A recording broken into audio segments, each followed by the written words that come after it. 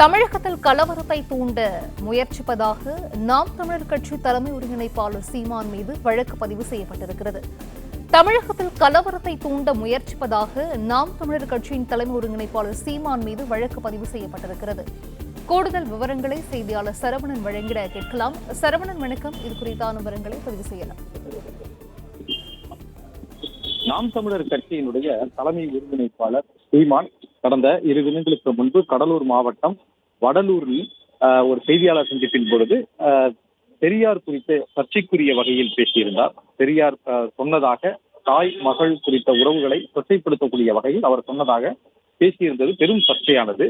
பல்வேறு கட்சியினரும் கண்டனம் தெரிவித்தார்கள். பல இயக்க தலைவர்கள் இது தொடர்பாக கண்டனம் தெரிவித்தார்கள். தொடர்ந்து பல இயக்கங்கள் சார்பிலும் கட்சியினர் சார்பிலும் தனிநபர் சார்பிலும் புகார்கள் சீமான் மீது பல்வேறு காவல் நிலையங்கள்ல கொடுக்கப்பட்டது. அந்த புகார்களின் அடிப்படையில இதுவரை 11 மாவட்டத்துல வழக்கு பதிவு செய்யப்பட்டிருப்பதாக காவல்துறை தரப்புல தெரிவிக்கப்பட்டிருக்கிறது. கலவரத்தை தூண்ட முயற்சிப்பதாகவும் வெறுப்பை தூண்டக்கூடிய பேச்சு, பொது அமைதிக்கு பங்கம் விளைவிக்கக்கூடிய வகையிலான பேச்சு மற்றும் இந்த ஒரு இல்லாத தகவலை பொய்யாக புனைந்து அதன் மூலமாக ஒரு பதற்றத்தை உருவாக்குவது போன்ற இந்த சட்டப்பிரிவுகள் மொத்தமாக 5 சட்டப்பிரிவுகள்ல பிஎன்எஸ் சட்டத்தின்படி இந்த வழக்கை பதிவு செய்திருக்கிறார்கள். பிஎன்எஸ் சட்டம் 192, 196 1, 352, 353 மற்றும் 353 பிரிவு 2 என இந்த 5 சட்டப்பிரிவுகள் சீமான் மீது வழக்கு பதிவு செய்யப்பட்டிருக்கிறது. 11 மாவட்டத்திலும் பதிவு செய்யப்பட்டிருக்கக்கூடிய வழக்குகள்ல இந்த 5 சட்டப்பிரிவுகளும் சேர்க்கப்பட்டிருப்பதாகவும் கூறப்படுகிறது. சென்னை காவல்துறையிலும் நேற்று வரை 3 புகார்கள் கொடுக்கப்பட்டது. திமுக மற்றும் திராவிட விடுதலை கழகம், தமிழக முன்னேற்ற படை ஆகிய இயக்கங்கள் இந்த புகார்களை கொடுத்தன. இந்த புகார்களில் வழக்கு பதிவு செய்வது தொடர்பாக சென்னை காவல்துறை சட்ட வல்லுநர்களினுடைய ஆலோசனைக்கு அனுப்பியிருப்பதாகவும் ஆலோசனை முடிவுக்கு பிறகு நடவடிக்கை எடுக்கப்படும் என்று சென்னை காவல்துறை தரப்பிலும் தெரிவிக்கப்பட்டிருக்கிறது.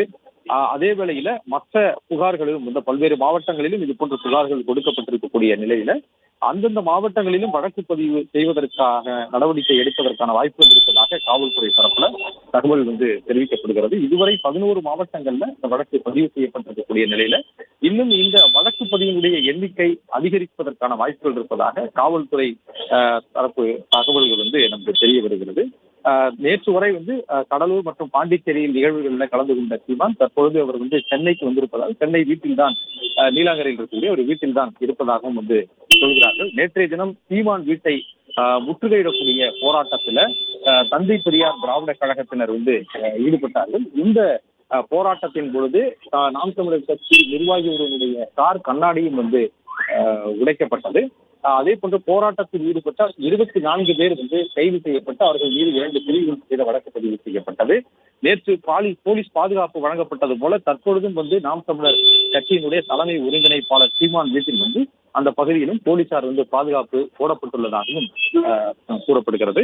தொடர்ந்து இந்த பதிவு செய்யப்பட்ட வழக்குகளில் அடுத்த கட்ட நடவடிக்கை என்ன என்பது குறித்து அந்தந்த காவல் நிலையம், அந்தந்த மாவட்டத்தில் இருக்கக்கூடிய காவல்துறையினர் சட்ட வல்லுநர்களினுடைய ஆலோசனைக்கு பிறகே முடிவெடுக்கப்படும் என்று தெரிவித்துள்ளனர்.